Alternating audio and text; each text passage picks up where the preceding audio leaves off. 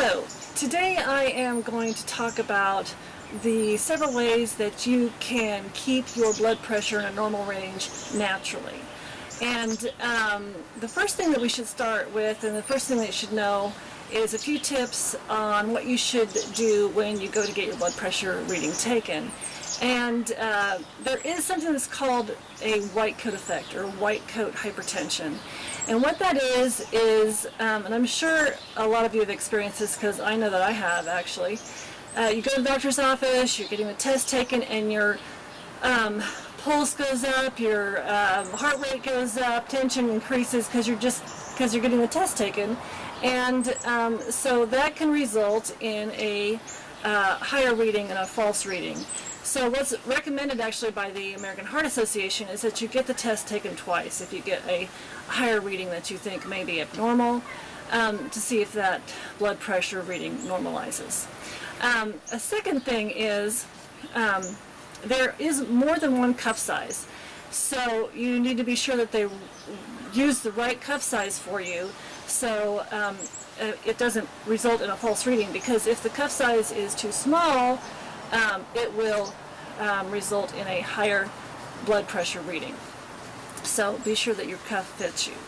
And then also, when you get your blood pressure taken, you should be sure that your arm isn't just hanging down by your side. Your arm should be resting, like on an arm rest, or the person administering the test should be supporting your arm while they're taking the reading. That way you won't, again, have a false higher reading. Now, as everybody knows, everybody I think should know, is one of the main reasons for high blood pressure is being overweight.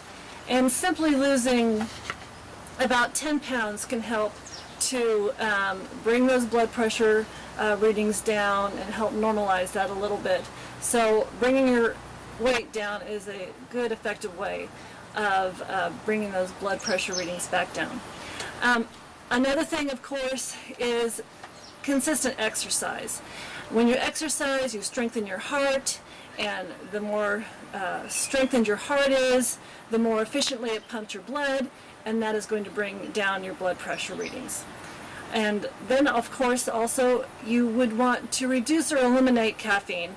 And the reason being is that for a lot of people, caffeine causes anxiety.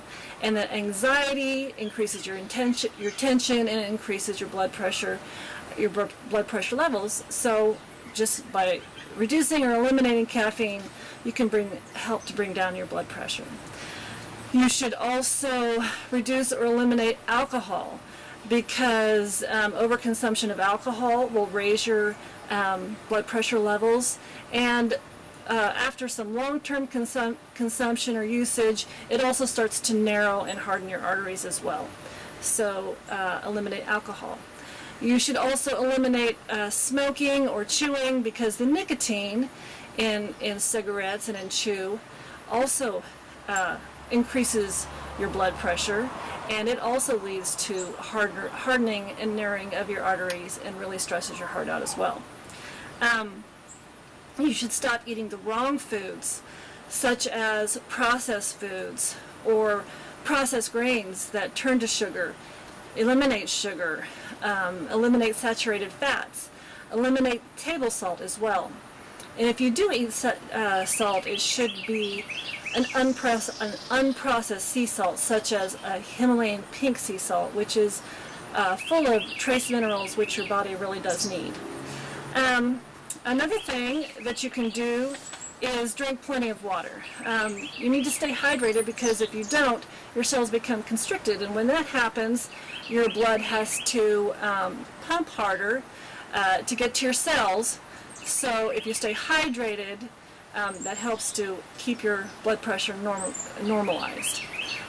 Eating garlic helps to bring down your blood pressure levels, and that can be incorporated in many ways in your food. Also, foods that are rich in potassium really helps to relax your blood vessel walls and bring your blood pressure down. And the recommended daily allowance is about 4,700 milligrams. And these are some of the food sources that are great potassium sources, and there are several here. There's avocado, broccoli, Swiss chard, spinach, mushrooms, sweet potato, different types of squash such as acorn and zucchini squash, tomato, different types of beans such as lentil, pinto, and white beans. Also salmon is a good source of potassium. Unsulfured molasses is a good source. It's high in potassium as well. Coconut water is also a good source. Different types of seeds such as sunflower and pumpkin seeds. Brussels sprouts as well is a good source of potassium. You should also eat foods that are rich in omega-3 fats because it helps also to reduce your blood pressure. And that would be foods such as salmon again, cod liver oil, nuts such as walnuts, and then also seeds such as chia and flax and hemp, and eggs as well as a good source of omega-3s. You also want to take the right supplements.